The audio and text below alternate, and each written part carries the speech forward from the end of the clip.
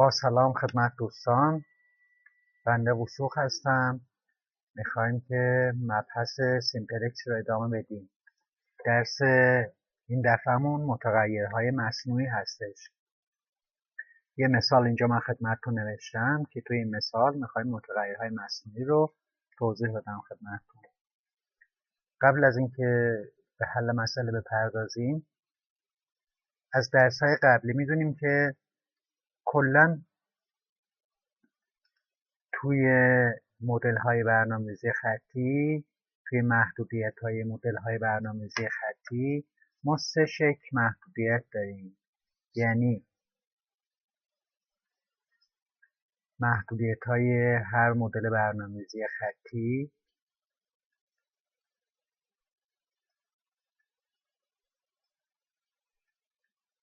یا به شکل کوچکتر مساوی هستند، یا به شکل بزرگتر مساوی هستند، یا به شکل مساوی هستند و خارج از این 3 تا شکل دیگری وجود نداره.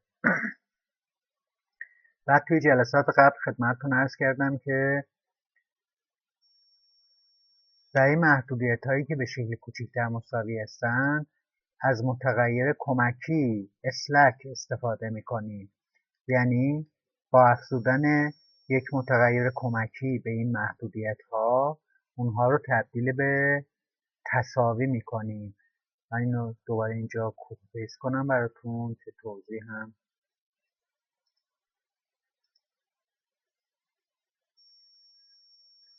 پس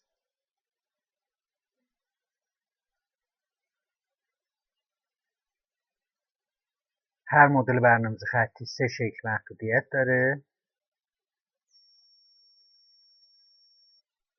البته میتونه ترکیبی از اینها باشه، 4 تاش به این شکل باشه، 2 تاش به این شکل، یه دونش به این شکل، یا اصلا از این 2 تا باشه.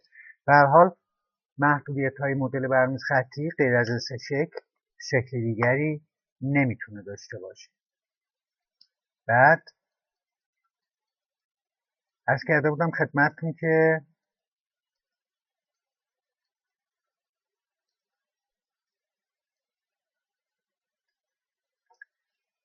محدودیت‌های به شکل کوچکتر مساوی رو میتونیم با افزودن یک متغیر کمکی یا اسلک یا برابرساز تبدیلشون کنیم به تساوی. یعنی S باعث میشه که این شکل محدودیت تبدیل به تساوی بشه. توجه داشته باشید که اندیس این S رو حتما با توجه به شماره محدودیت بذارید لطفا.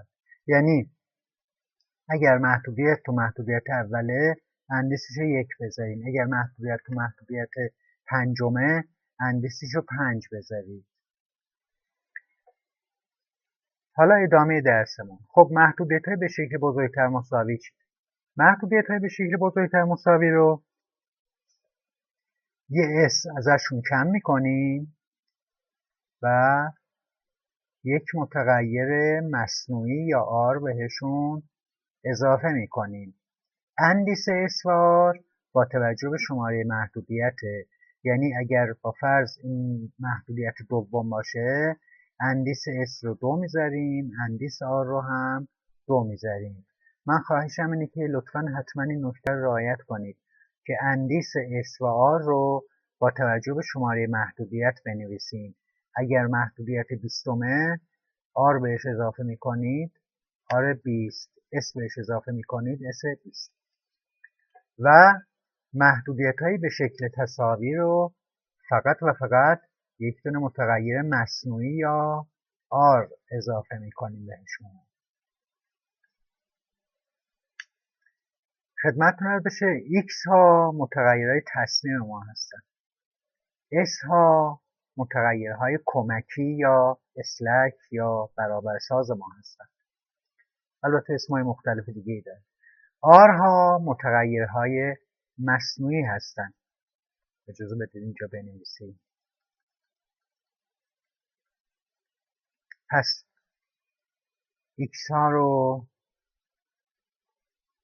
بهشون میگفتیم متغیر تصمیم، S ها رو بهشون میگیم متغیر کمکی یا لنگی یا برابرساز یا حالا هر اسم دیگری. و آرها رو البته بعضیا به جای آر از هم استفاده میکنن، ولی من ترجیح میدم از همون آر استفاده بکنیم تو اینجا. پس در واقع آرها، امروز نوشتنمونم نمیاد.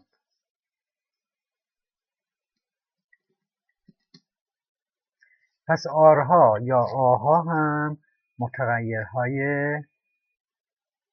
مصنوعی هستند. اگر خاطرتون باشه قبلا خدمتتون عرض کرده بودم که متاسفانه علیرغم میل باطنی فعلا ما چرایی و چگونگی سیمپلکس رو توضیح نمیدیم، متاسفانه، که اصلا چی هست، کارکردش چیه، مفهومش چیه، آرها چی هستن، مفهومشون چی هست، کارکردشون چی هست. البته اینها واجبه، یعنی شاید اصلا تحقیق اصل داستانش همون چرایی هاست، ولی در هر حال همون مثالی که همیشه میزنم، شما اگر بخواید روندن اتومبیل رو یاد بگیرید اول باید بتونید اتومبیل رو راه ببرید، سپس روغن و آبش رو نشون میدن، بهتون یاد میدن که باید اون رو چک کنید.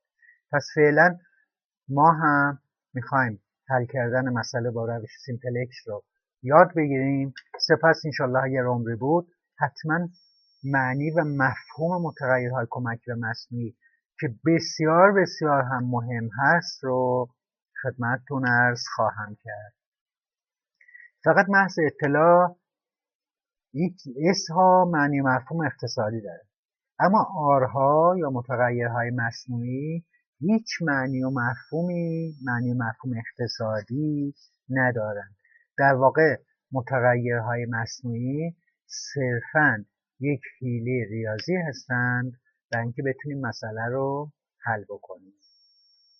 خب پس اجازه بفرمایید که من اینا رو یه قدری بیارم پایین‌تر که با اون مثالمون تداخل نکنه.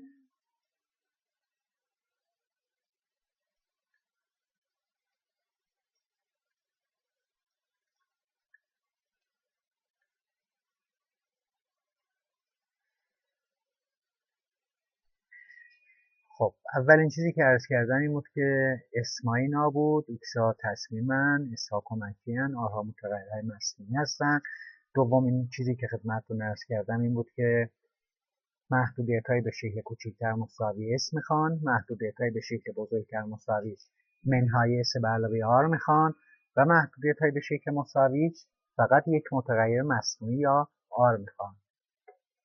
بعد عرض کردم خدمتتون که حتما اندیسه این اسوار رو با توجه به شماره محدودیت بنویسید، یعنی اگر محدودیت دومه اسش 2 آرش 2. بعد تمام این صحبت هایی که خدمتتون عرض کردم ارتباطی به ماکسیموم یا مینیموم بودن مسئله تا اینجا نداشت. مطلب بعد اینه که خب ضریب تابع هدف x ها رو صورت مسئله به شما میده. اینکه چرا ضریب x 1 در تابع 3 اصلا به ما ارتباطی نداره، همینی که هست. ضرایب متغیرهای کمکی یا s ها در تابع هدف صورت مسئله همیشه صفره، همیشه، قبلا هم خود. اما ضریب متغیرهای مصنوعی در تابع هدف صورت مسئله یه عدد بسیار بسیار بزرگیه، مثلا معادل بی نهایت یا مثلا حالا به غلط معادل میلیارد. خب نوشتنش خیلی کار سختی میتونه باشه، مثلا 1 میلیارد R1. بنابراین به جای میلیارد و فلان ما از لغت M استفاده میکنیم. پس اینم بنویسیم اینجا.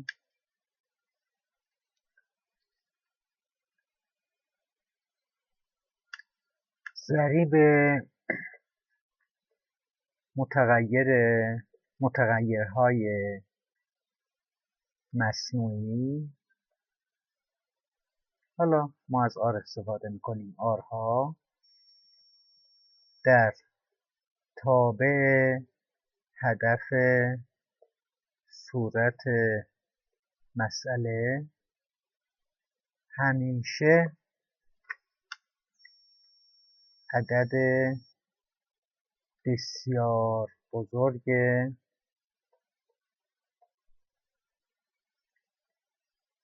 m می باشد.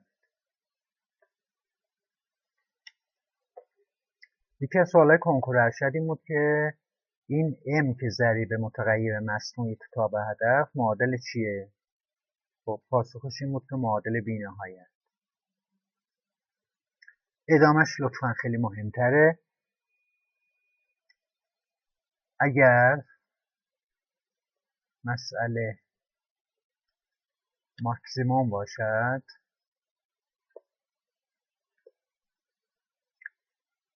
m با علامت منفی و اگر مسئله مینیموم باشد m با علامت مثبت به تابع هدف صورت مسئله اضافه می شود. خب حالا این مطالبی که اینجا عرض کردم رو بریم توی صفحه بعد انجام بدیم. من این مسئله رو دوباره کپی پیست کنم برای صفحه بعد.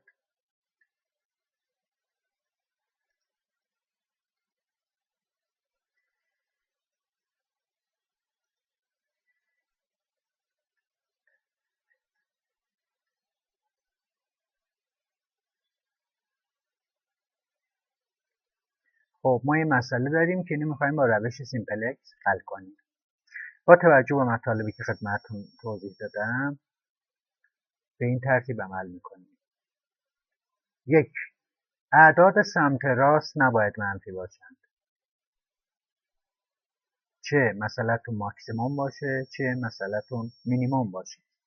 خب اگر اعداد سمت راست منفی بودند میتونید اون محدودیت رو در یک منفی ضرب کنید تا عدد سمت راست از حالت منفی بیرون بیاد.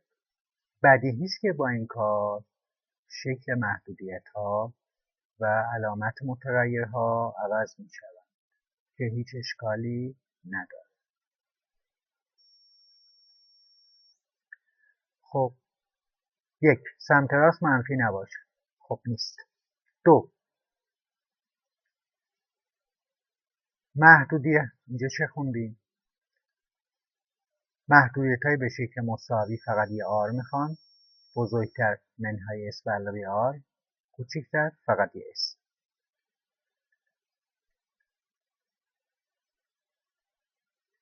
2 اینکه متغیرهای لازم رو به مسئله‌مون اضافه میکنیم.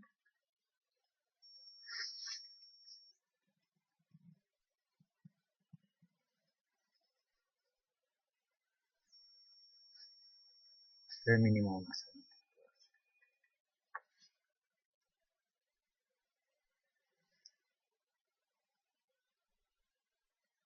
مینیمم زد 3x1 به علاوه x2 به علاوه 4x3 سابجکت 2 محدودیت اولمون منهای x1 به علاوه 3x2 به علاوه x3 چون محدودیت به شکل مساوی است بنابراین فقط باید یک متغیر مصنوعی بهش اضافه کنیم به علاوه r چون اولین محدودیت اندیسش 1 مساوی با 3 دومیش 2x1 به علاوه x2 به علاوه x3 محدودیت به شکل کوچکتر مساوی است. بنابراین فقط یک متغیر کمکی یا اسلک میخواد. به علاوه s چون دومین محدودیت s 2 مساوی با 2 میشه و محدودیت سوم 3x1 به علاوه 2x2 به علاوه x3 چون محدودیت به شکل بزرگتر مساوی است ما یک منهای s خواهیم داشت چون سومی s 3 یک به علاوه r خواهیم داشت چون سومی r 3 مساوی با 1 و xj sj و rj همگی بزرگتر مساوی با 3 و نهایتا آخرین چیز این که ضریب s ها در تابع هدف صورت مسئله صفره. دوست دارید بنویسید، دوست دارید ننویسید. 0s2 0s3 اما ضریب r ها عدد بسیار بزرگ m بنابراین باید بنویسیم و دو تا نکته است. یک، ضریب r چیه در تابع هدف m علامتش چیه؟ چون مینیمومه به اضافه. پس اجازه بدید من با یه رنگ دیگه بنویسم. ضریب r r1 به علاوه m r1 به علاوه m r2. خب ضریب r در تابع هدف صورت مسئله چه مینیموم چه ماکسیموم عدد بسیار بزرگ m هست. علامت m که مثبت باشه یا منفی به مینیموم یا ماکسیموم بودن برمیگرده. اگر مسئله مینیموم باشد علامت m به اضافه، اگر مسئله ماکسیموم باشد علامت m منفی است. به این روش میگن تکنیک m بزرگ یا تکنیک جریمه هم بهش میگن. خب حالا ادامهش رو میتونیم مثل قبل حل کنیم.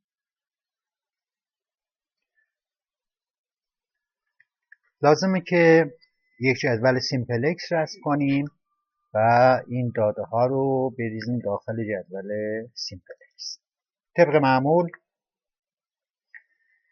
جدول سیمپل اکسمون به این ترتیب خواهد شد.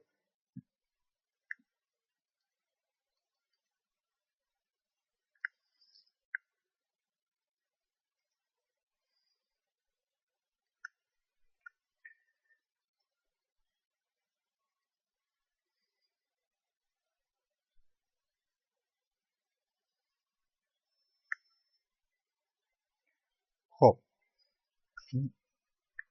اینجا سطر زدمون رو داریم. بهتر است که این بالا اول x ها رو به ترتیب اندیس بنویسیم، بعد s ها رو بنویسیم به ترتیب اندیس و سپس s ها به ترتیب اندیس و سپس r ها به ترتیب اندیس. البته می شود غیر از این هم باشه ولی من ترجیح میدم به این شکل بنویسیم.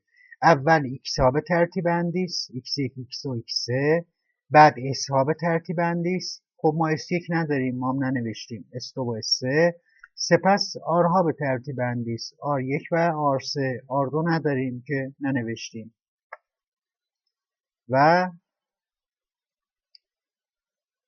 بعد داخل جدول تابع هدف طبق معمول با علامت مخالف نوشته میشه. پس اینجا منفی 3 منفی 1 منفی 4 اس ها که صفر هستند به علاوه ام ها هم میشوند منهای ام و اینجا هم که صفره. اعداد محدودیت ها، محدودیت اولمون x1 منفی 1 هست، x2 3 هست، x3 1 هست، s1 نداریم، s2 نداریم، s3 نداریم، r1 داریم 1، r3 هم که نداریم 0 و مساوی با 3. محدودیت دوم x1 2 هست، x2 1 هست، x3 1 هست، s1 نداریم، s2 داریم 1، s3 نداریم، r1 نداریم، r3 هم نداریم 0 و 2. محدودیت سوم x1 3 هست، x2 2 هست، x3 1. ما توی محدودیت سوم s2 نداریم، خب 0. s3 داریم منفیه، پس اینجا منفی 1. r1 نداریم، خب 0. r3 داریم 1 مساوی با 1.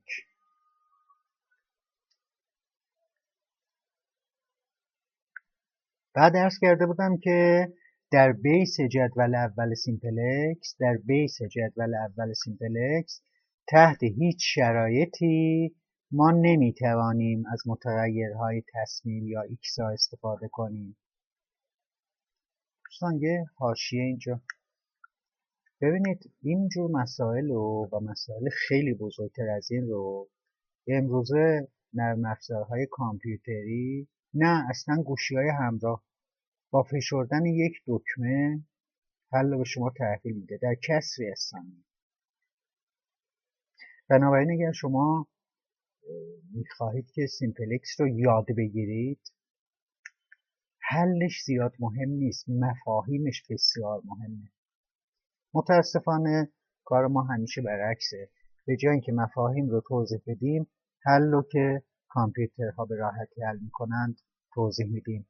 ولی در هر حال ابتدا باید حل گفته بشه، سپس بریم به سراغ مفاهیم. من خیلی معذرم از این که بدون توضیح مفاهیم فقط داریم به صورت مکانیکی حل کردن رو توضیح میدیم، ولی خب چاره ای نیست. در بیس جدول اول x نوشته نمی شود. خب پس چه نوشته می شود؟ یا باید r نوشته بشه یا باید s نوشته بشه. خب کدومش؟ ببینید محدودیت اول x'اش نمیتونه نوشته بشه. خب چی میمونه؟ r. پس از محدودیت اول r1 نوشته میشه. از محدودیت دوم شما x'اشو نمیتونید، فقط s میمونه، s نوشته میشه. از محدودیت سوم x'اشو نمیتونید بنویسید. خب چی میمونه؟ هم s میمونه هم r. جایی که هم s دارید هم r دارید r نوشته میشود. r اولویت داره نسبت به s. آره 3. پس از اولی r1 نوشته شد، از دومی s2 نوشته شد چون r'i نداره، از سومی که هم s داره هم r داره rشو می‌نویسید. اما یه نکته بسیار مهم، اونم اینه که هر مدل برنامه‌ریزی خطی که توش r وجود داشته باشه، چه یه دونه چه 100 تا، هر مدل برنامه‌ریزی خطی که توی اون متغیر مصنوعی وجود داشته باشه، جدول اولش هیچگاه یکه نخواهد بود. هیچ وقت. اگر یکه بود ما اشتباه کردیم. الان ببینید شرط یکه بودن رو ببینید، r1 رو نگاه کنید، تقاطعش با خودش یکه، پایینام 0 هستن ولی اینجا 0 نیست، n یا منهای n. شما از m خوشتون نمیاد فرض کنید m میلیارد، یه عددیه، منهای میلیارد، 0 نیست. s2 رو ببینید، s2 یکه هست، ما مشکلی باش نداریم. r3 رو ببینید،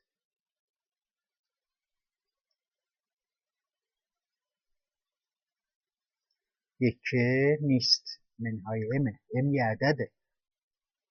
بنابراین هر مسئله‌ای که توی اون متغیر مصنوعی R به کار رفته باشد، چه یه دونه چه 10 تا، جدول اول اون مسئله هیچ وقت یکه نخواهد بود. اصولا R ها هیچ وقت یکه نیستن. خب پس چه باید بکنیم؟ باید جدول رو درستش کنیم، اصلاحش بکنیم تا یکه بشود. خب پس من اجازه بدیم کنار این یه چیزی رو یادداشت کنم. اونم اینه که الان این جدول ما یکه نیست.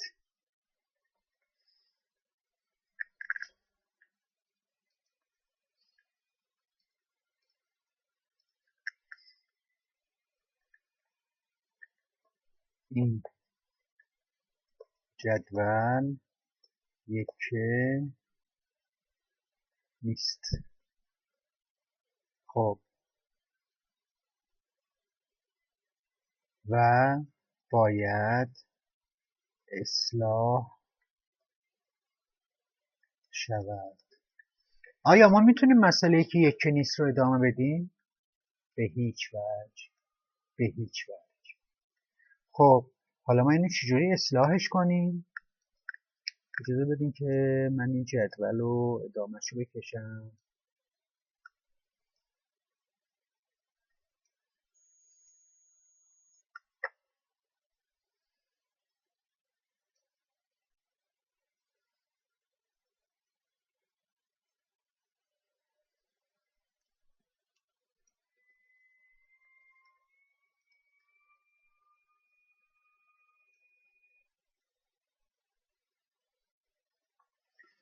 خب ببینید دوستان،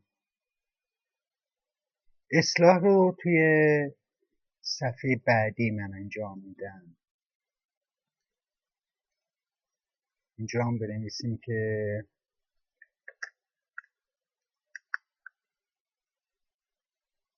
با یه رنگ دیگه می‌نویسم که توجهتون رو جلب. اصلاح جدول اول. خب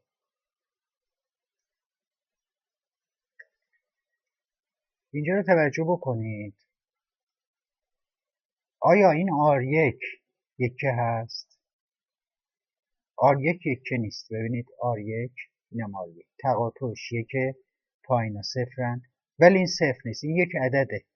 اگر M اذیتتون میکنه فکر کنید M میلیونه. این یه عدد. پس R1 یکه نیست. خب ما سطر R1 رو تو این چک نویس می نویسیم. این سطر R1.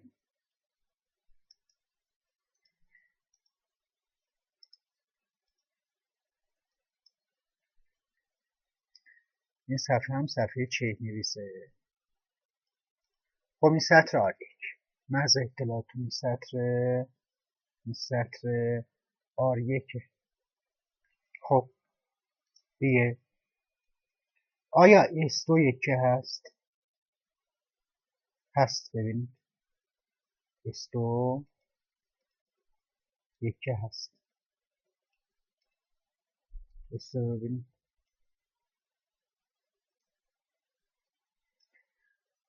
S2 من S2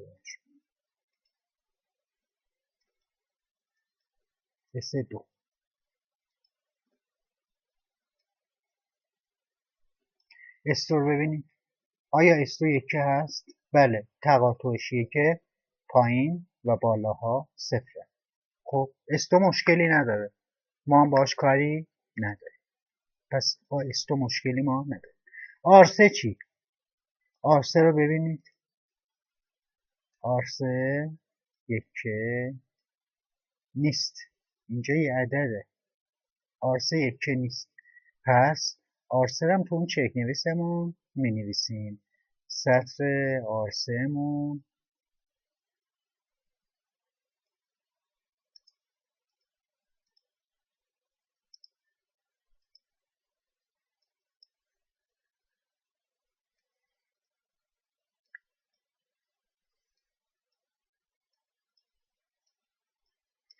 اینم محض اطلاعاتون سطر آر سهمون هست. خب باز یه سوال، عذرخواهی میکنم من انقدر تکرار میکنم چون بعضی دوستان ممکنه متوجه نشن ناچار. اینم سطر آر سه. خب ببینید ما تو این جدول بجز تابع هدف 3 تا سطر داریم، 1 2 3. از این 3 تا سطر این وسطیه یک است، ما هم کاری باهاش نداریم. اولی و سومی یکه نیستند، ما هم سطر اولی و سطر سومی که یکه نیستند رو این بیرون نوشتیم. خب بعد که این 3 تا یا 10 تا یا هر چند تا چک کردیم و اونایی که یکی نیستن رو بیرون نوشتیم، بعد تابع هدف رو زیرش می نویسیم. این هم تابع هدف.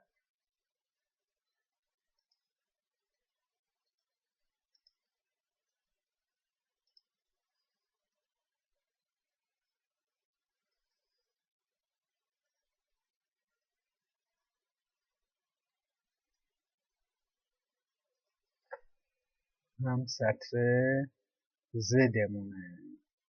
خب شما باید یه کاری بکنید، این دو تا ستون رو ببینید، این ستون رو ببینید، این ستون رو ببینید. شما باید یه کاری بکنید که جمع این ستون اینجا بشه 0 و همچنین جمع این ستون هم بشه 0. خب الان تو این ستون آیا 1 به علاوه 0 به علاوه یا جمع جبری منظورم به علاوه منهای m آیا جوابش 0 میشه؟ خیر. پس ما مجبوریم که این سطر R1 رو و سطر R2 رو در اینا چی هستن؟ منهای m در قرینش در یه دونه m ضرب کنیم. الان اینجا رو ببینید، m ضرب در 1 میشه m مثبت، m ضرب در 0 میشه 0، m مثبت با m منفی میشه 0. اما این داستان باید واسه بقیه سطرها هم باید بقیه ستونها هم انجام بگیره. الان ستون اول ببینید، m ضرب در منفی 1 میشه منهای 1 دونه m، m ضرب در 3 میشه 3 تا m مثبت، 3 تا m مثبت 1 دونه m منفی میشه 2 تا m مثبت. با این جمعش کنید میشود 2m منهای 3. خب دومیشو ببینید،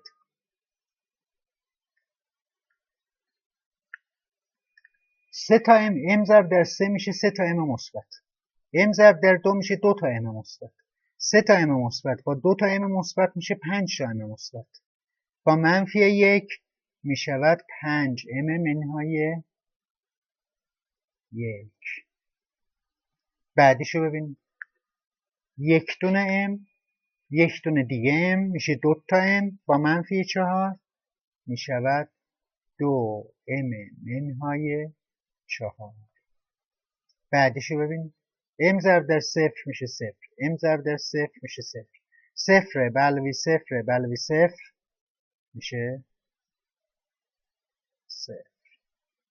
بعدیشو ببینید، m ضرب در 0 میشه 0، m ضرب در منفی 1 میشود منهای m، 0 منهای m با 0 میشود منهای m ضرب در 1 میشه 1 دونه m مثبت، m ضرب در 0 میشه 0، 1 دونه m مثبت با 1 دونه m منفی میشه 0، m ضرب در 0 میشه 0، m ضرب در 1 میشه m مثبت با m منفی 0 و آخریش m ضرب در 3 میشه 3m، m ضرب در 1 میشه 1m، 3m با 1m میشه 4m به اضافه 0 میشود 4 تا m.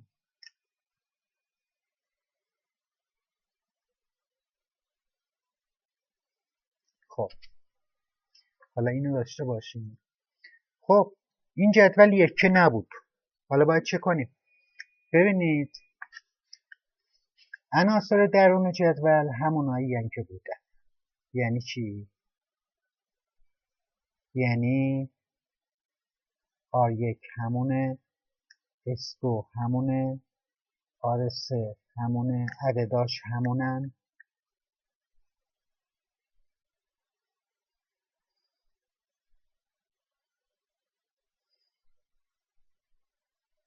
ببینید دو تا جدول عدداش با هم هیچ فرقی نمیکنه.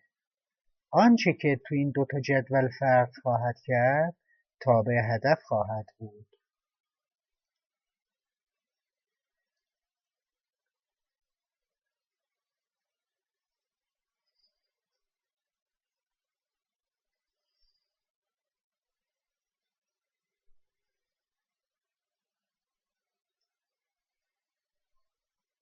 خب به جای تابع هدف قدیمی این تابع هدف جدید رو می نویسیم. 2m منهای 3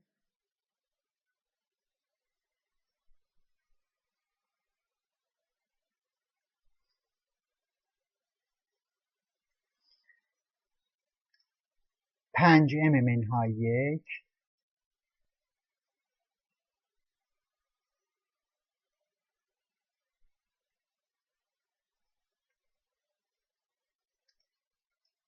2m منهای 4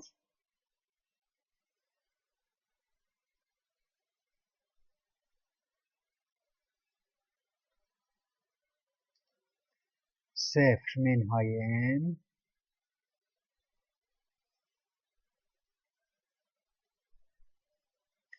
0 و 4 تا m.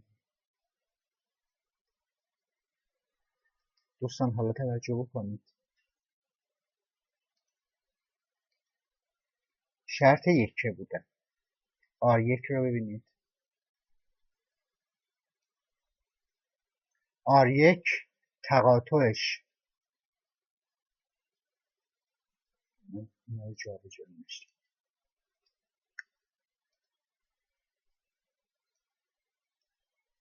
R1 اینم R1 تقاطعش با خودش یکه، بقیه صفرن، پایین و بالا. S2 رو ببینید.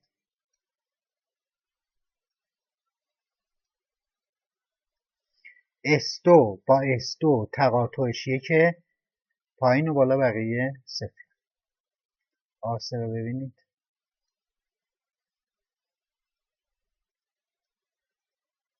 R3 با R3 تقاطعش یکه، بقیه صفرن.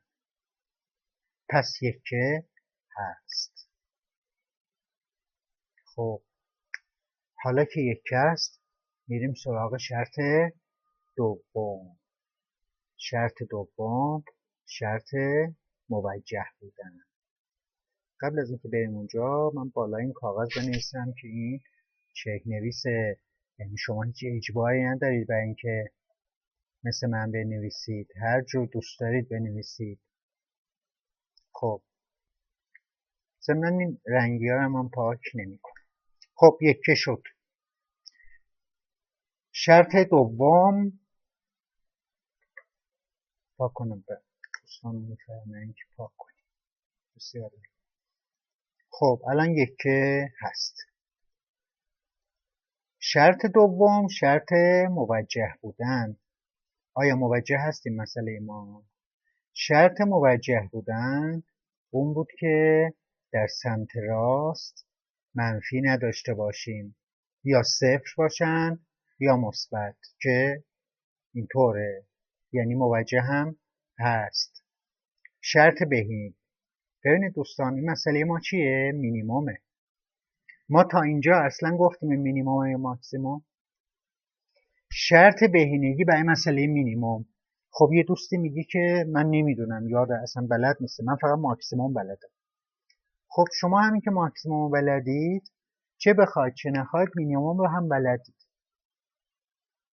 شرط بهینگی برای مسئله ماکسیموم چی بود؟ به یادتون بیارید. توی ماکسیموم مگه منفی ترین وارد نمیشد؟ شرط بهینگی ماکسیموم این بود که همگی یا صفر باشن یا مثبت. خب شرط بهینگی مینیموم برعکسشه، برعکس ماکسیموم. تو ماکسیموم منفی ترین میشد ورودی، تو مینیموم مثبت ترین میشه ورودی. همین دیگه، به جز این با هم فرقی نمیکنن. خب الان این مسئله ما مینیمومه، پس کدوم باید وارد بشه؟ مثبت ترین. خب 2m داریم، اینجا هم 2m داریم، 5m هم داریم. اگر این اذیتتون میکنه تصور کنید این میلیونه. خب 2 میلیون داریم، اینجا هم 2 میلیون داریم، این 5 میلیون. کدومش بزرگتره؟ مثبت تره؟ این. پس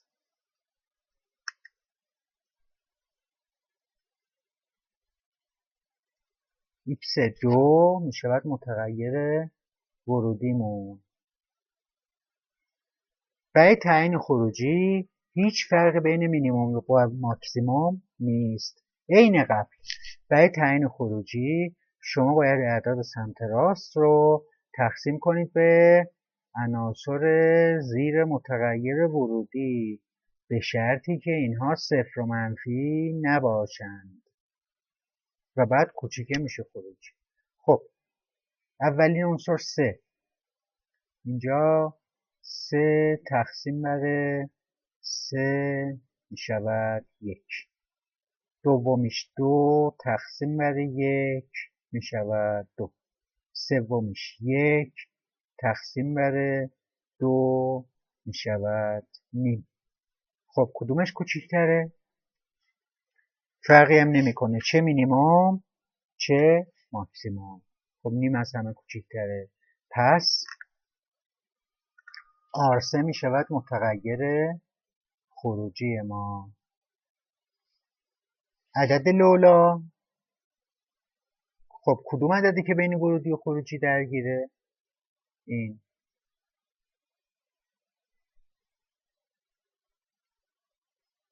و بعد از این همون سیمپلکسی که خوندید. یعنی چه؟ یعنی اینکه شما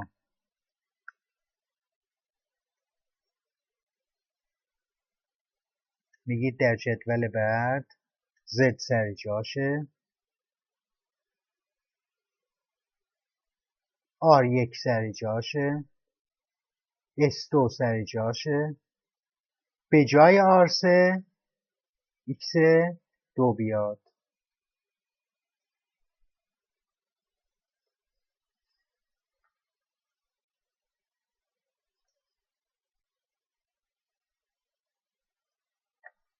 خب حالا شما باید این 2 رو تبدیلش کنید به 1 و بعد بالا و پایین هر آنچه که هست رو تبدیل کنید به 0. عین مسئله های قبلی که انجام میدادیم. خب چه کنیم که این 2 تبدیل بشه به 1؟ میتونید کل اون سطح رو تقسیم بر 2 کنید. پس اینجا میشود 3/2 1 1/2 0 1/2 0 1/2 و 1/2. این میشه مبنامون. با استفاده از این باید اینو و اینو و اینو صفرش کنیم. چجوری؟ قبلا چجور انجام میدادید؟ دقیقا همینجور. این هم یه عددیه مثل بقیه. خب من این سطر رو تو کاغذ چک نویسم و می نویسم.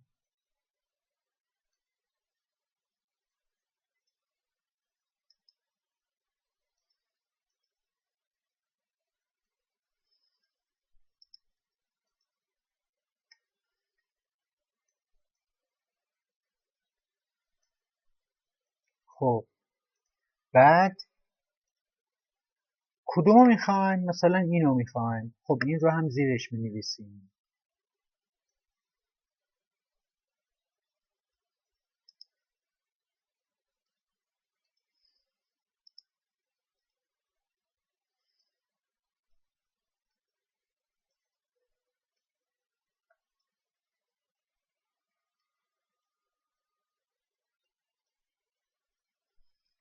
بعد ما دلمون میخواد که این اولین این دومین یکه بشه صفر. ما دلمون میخواد که اینجا بشود صفر. پس این مبنا رو باید در چی ضرب کنم؟ در قرینش. منفی یک باید ضرب کنم. خب منفی یک ضرب در 3/2 میشود منفی 3/2. منفی 3/2 میشه 1.5. با 2 که جمع بشه نیم باقی میمونه. پس اینجا میشود 1/2. منفی 1/2 با 1 اینم میشود 1/2. 1 منفی 1/2 0 منفی 1/2 و منفی نیم با 2 1.5 میمونه 3/2. و بعد اینو می نویسیم سر جاش. جاش هم اینجاست، ردیف دوم. پس میشه 1/2 0 1/2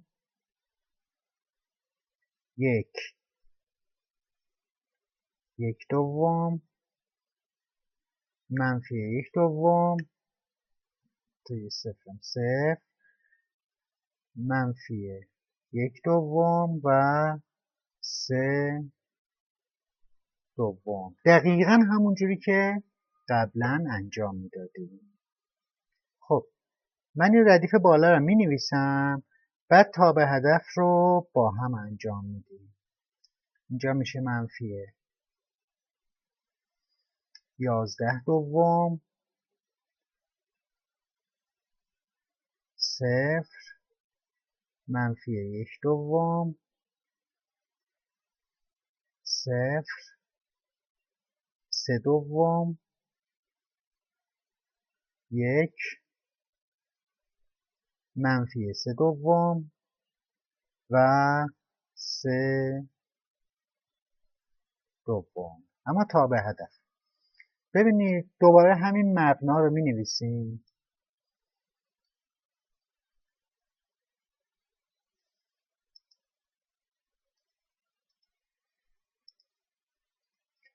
در واقع چطور این واسه این خط انجام دادید؟ واسه این خط چطور انجام دادید؟ واسه تابع هدفم همونجوری انجام بدید. تابع هدفمون چیه؟ این هم زیرش می نویسیم.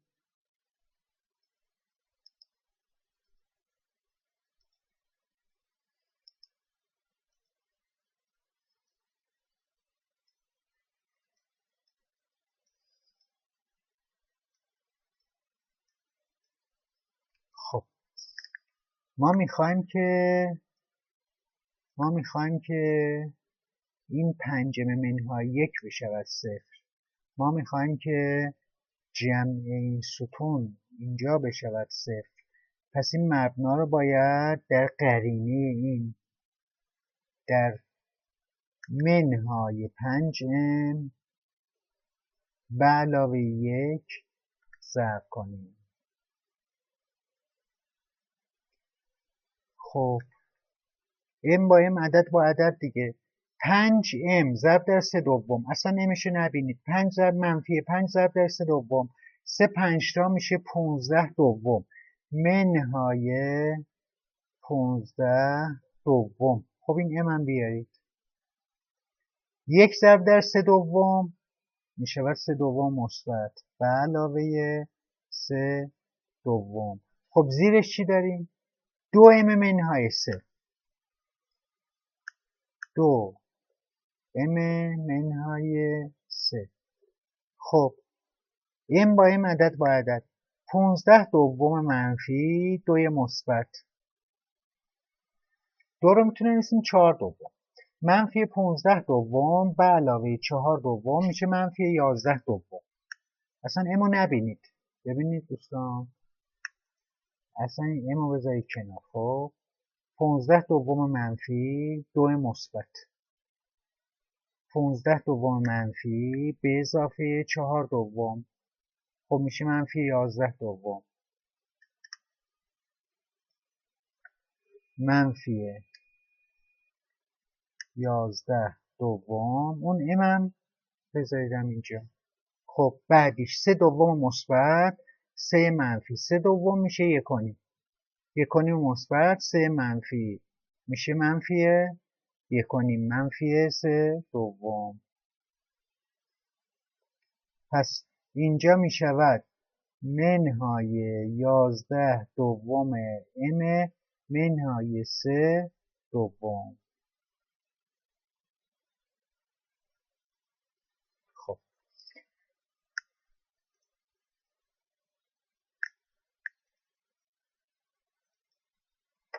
برای بعدیش که خب قرینه همینه میشه 0.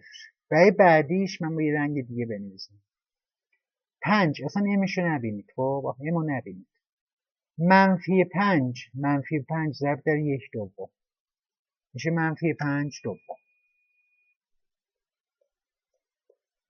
اون ام هم که میگفتیم نبینید بذارید سر جاش. 1 ضرب در 1 دوم میشود به علاوه 1 دوم. خب زیرش 2 ام منهای 4. 2 ام منهای 4. خب دوستان اصلا امو نبینید. 5 دوم میشه 2.5 منفی با 2 مثبت 1.5 منفی میمونه. ببخشید 2.5 با 2 نیم منفی میمونه میشه منفی 1 دوم. خب اون ام هم بیارید. 1 دوم با 1 دوم مثبت با 4 منفی نیم مثبت 4 میشه 3.5 منفی 3.5 میشه 7 دوم. 1 دوم منهای 7 دوم مینویسیم سر جاش. منهای 1 دوم ام منهای 7 دوم. خب بعدیش 0 میشه. بعدیش 5 ضرب در 1 دوم میشود منفی 5 دوم. اینم امش. 1 ضرب در 1 دوم میشه به علاوه 1 دوم. خب زیرش چی داریم؟ یه دونه منفی ام منهای ام. خب 5 دوم میشه 2.5 منفی با یه دونه منفی میشه 3.5 منفی میشه منفی 7 دوم ام. 3.5 میشه 7 دوم منفی 7 دوم ام به علاوه 1 دوم. پس منفی 7 دوم ام به علاوه 1 دوم. بعدیش رو ببینید. بعدیش می شود خب 0. بعدیش این زیرش 0 دیگه. خب پس هیچی. منفی 5 ضرب در 1 دوم میشه منفی 5 دوم ام. 1 ضرب در 1 دوم میشه به علاوه 1 دوم. و آخریش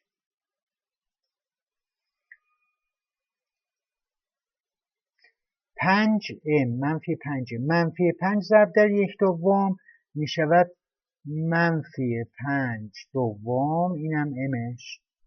1 ضرب در 1 دوم میشه به علاوه 1 دوم. خب زیرش چی داریم؟ 4 تا ام. خب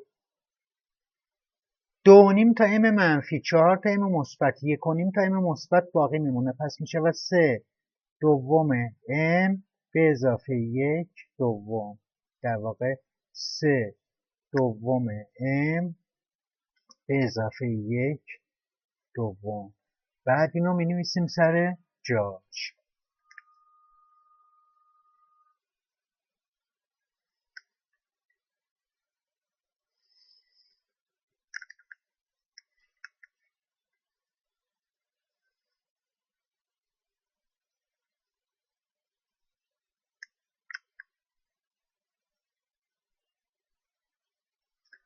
یازده دوم ام منهای 3 دوم منهای 11 دوم m منهای 3 دوم. 0 منهای 1 دوم m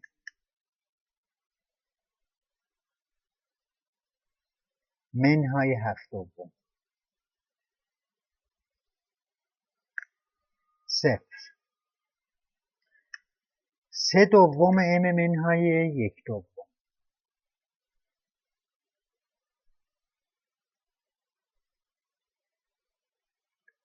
0 منهای 5 دوم m به علاوه 1 دوم و 3 دوم m به علاوه 1 دوم.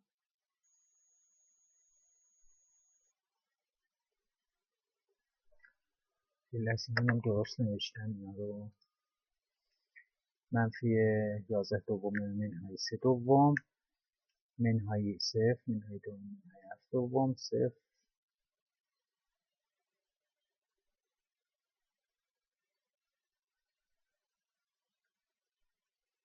3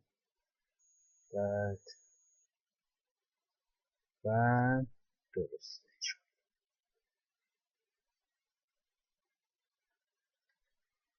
خیلی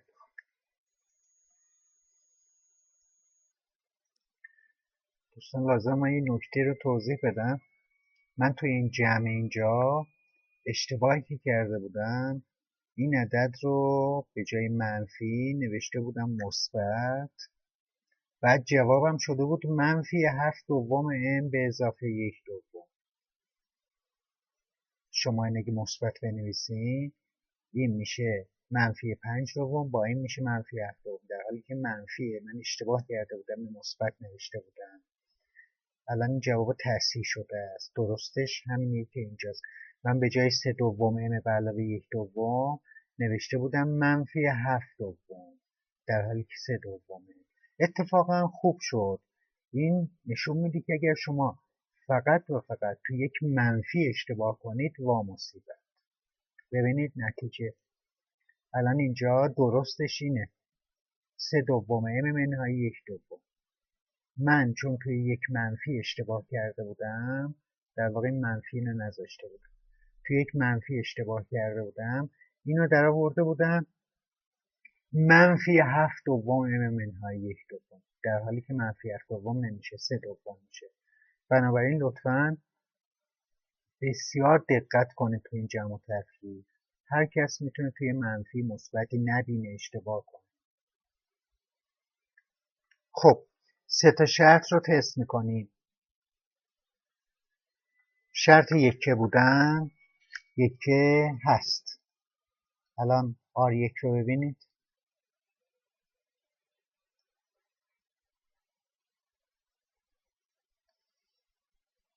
R1 یکه هست. S رو ببینید.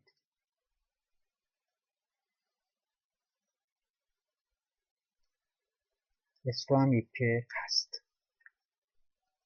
X رو ببینید.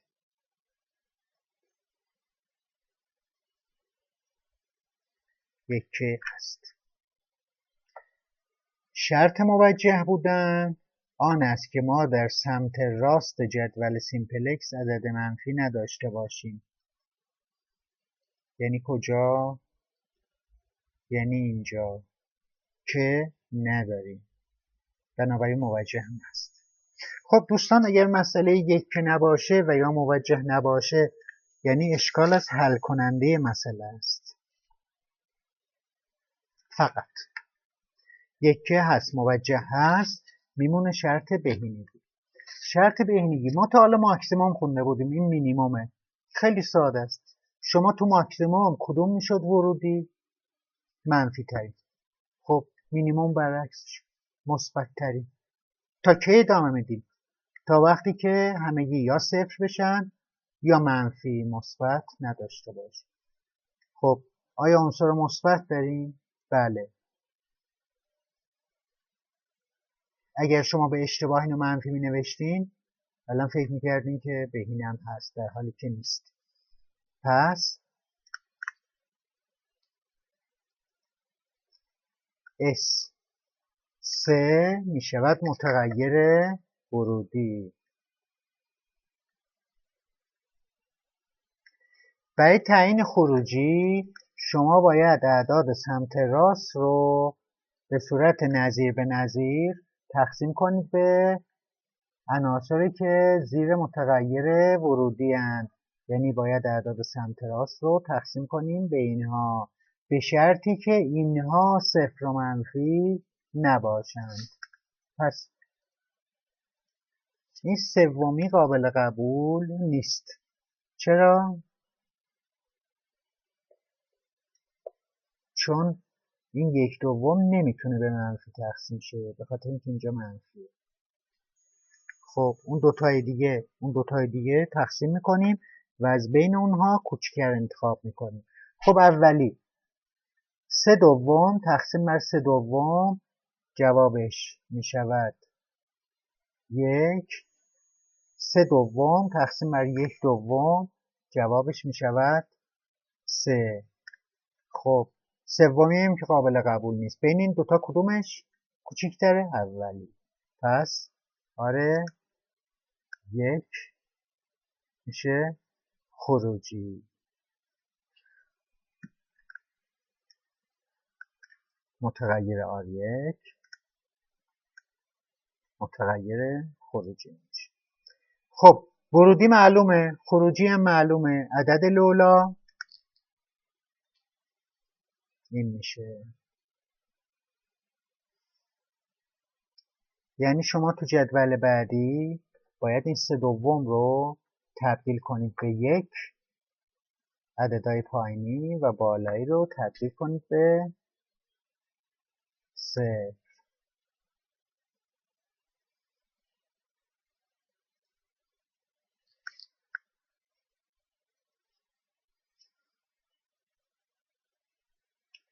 مثل همون سیمپلکس هایی که قبلا حل می‌کردیم.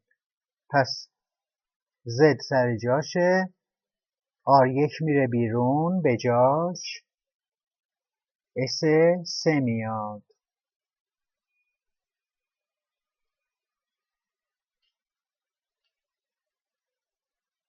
S2 سر جای خودشه، X2 هم سر جای خودشه. خب ما باید یه کاری کنیم که این 3/2 تبدیل بشود به 1. خب پس کل این سطح رو میتونیم تقسیم بر 3/2 یا ضرب در 2/3 کنیم. اینجا میشود -11/3 0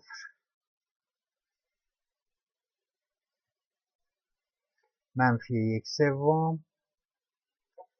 0 1 2/3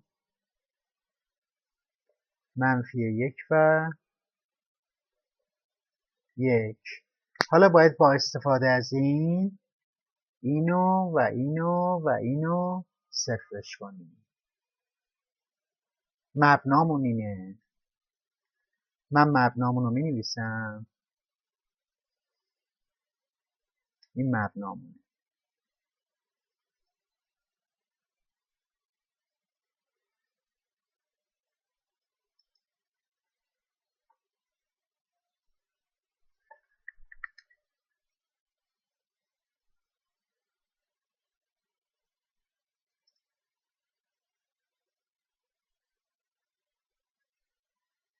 خب این مبنامون.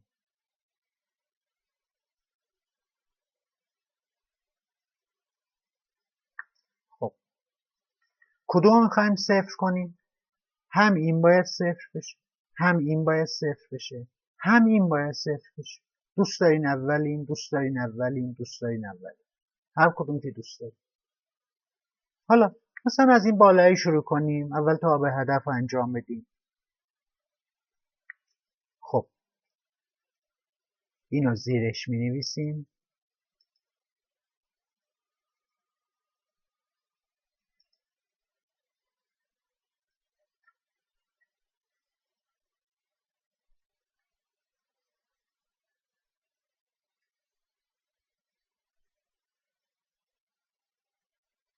خب ما دوست داریم کدومش صفر شه؟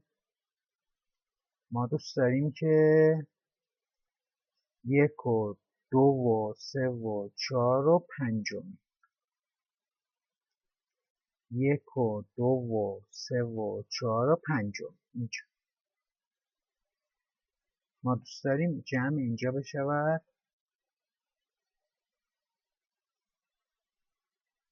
0. پس مبنا رو در چی باید ضرب کنیم؟ در قرینش.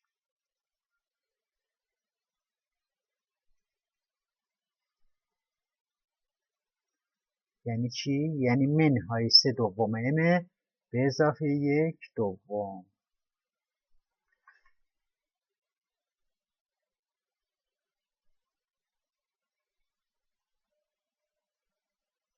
1/2. خب منفی در منفی میشه مثبت. 3/2 ضرب در 11/3 میشه 11/2 میشود 11/2. این ام هم میاد کنارش. 1/2 ضرب در منفی 11/3 میشه منفی 11/6. خب زیرش چی داریم؟ منهای 11/2 m منهای 3/2. خب اینا با هم، این دوتا با هم 11/2 مثبت و 11/2 منفی میشود 0.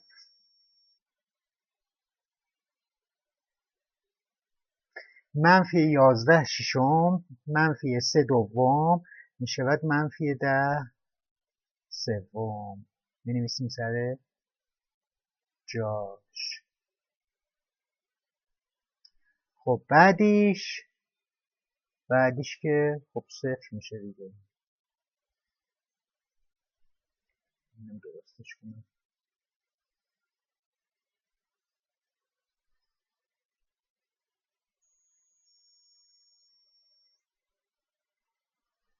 خب بعدیش منفی 2/3. بذارید این بشم. منفی 3/2 ضرب در منفی 1/3 میشود مثبت 1/2. پس این میشه 1/2. اینم امش.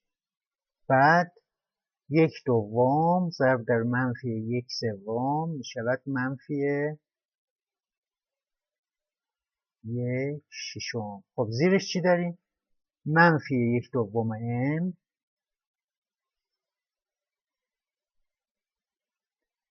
منفی 7/2. خب این اما که با هم میرن 1/2 مثبت m منفی 1/2 m اینا میشن چی؟ 0. منفی 1/6 منفی 7/2 میشه منفی 11/3. خب بعدیش که 0 میشه، چون 0 دیگه. بعدیش هم 0 میشه. بعدیش منفی 3/2 ضرب در 2/3 میشه منفی 1 دونه منفی 1. امش هم میرسه 1/2 ضرب در 2/3 میشه مثبت 1/3 منهای m به علاوه 1/3. خب زیرش چی داریم؟ هیچ. پس میشه منهای m به علاوه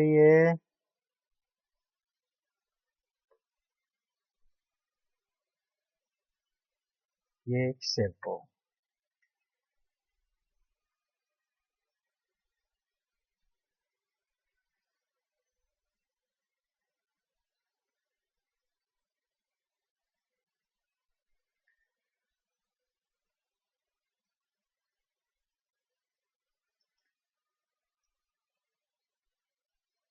برای بعدیش خب منفی 1 ضرب در این میشود 3 دوم ام منهای 1 دوم. خب زیرش چی داریم؟ منفی 5 دوم ام به اضافه 1 دوم. خب این 1 دوم که با هم میره. 3 دوم میشه 1.5 مثبت، منفی 2.5 میشه منفی ام، منفی ام تنها. و آخریش 3 دوم ضرب در منفی 3 دوم ضرب در 1 میشه منفی 3 دوم ام. یکم که ضرب در 1 دوم میشه به علاوه 1 دوم. خب زیرش چی داریم؟ 3 دوم ام به اضافه 1 دوم. خب این 3 دوم ها با هم میرن. 1 دوم به علاوه 1 دوم میشود 1.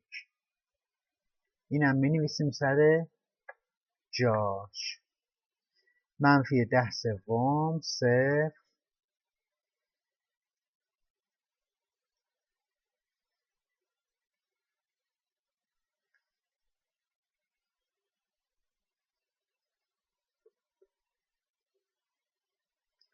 0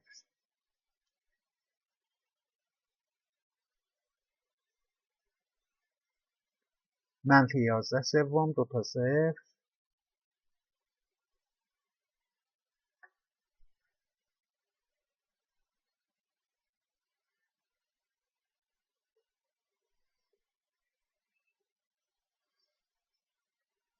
بعد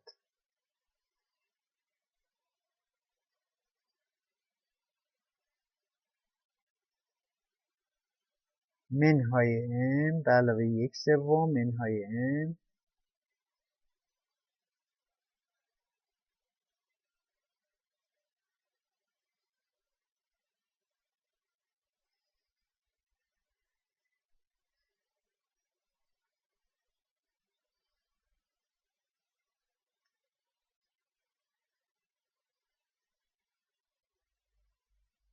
و 1. خب این دو تا ردیف آخر رو هم مثل همین انجام میدیم، مثل مسئله هایی که از جلسه قبل حل میکردیم. پس من دیگه با اجازهتون عدداشو مینویسم. اینجا 7 دوم 0 2 سوم 1 0 منفی 1 سوم 0 و 1. و ردیف آخرمون منفی 1 سوم 1 1 سوم 0 0 1 سوم 0 و 1. خب سه تا شرط رو تست میکنیم.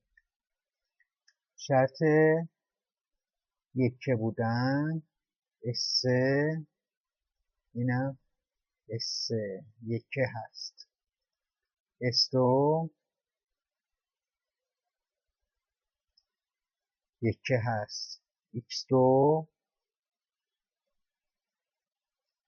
یکه هست.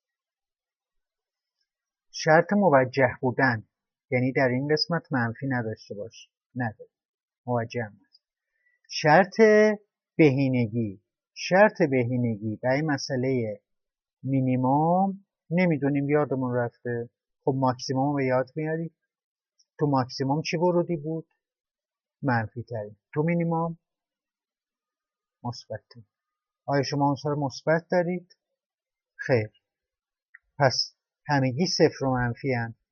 یعنی بهینه است. خب یه دوستی میگفت این مثبته. مهم نیست که این مثبته. m یه عدد خیلی بزرگیه و m منفیه. شما از این m منفی که حداقل معادل میلیارده 3 تا بهش اضافه کنید، فرقی نمیکنه. پس یکه هست، موجه هست، بهینه هم هست. خب دوستان این مسئله حلش خیلی طولانی شد متاسفانه. دیگه توضیح بیش از این نمیدم، هرچند کلی مطالب توضیحی هست. درس تا اینجا بود که شما بدونید مسئله رو یکه بکنید. انشالله بقیه مطالبم میذاریم برای جلسه های بعد. خدا نگهدار.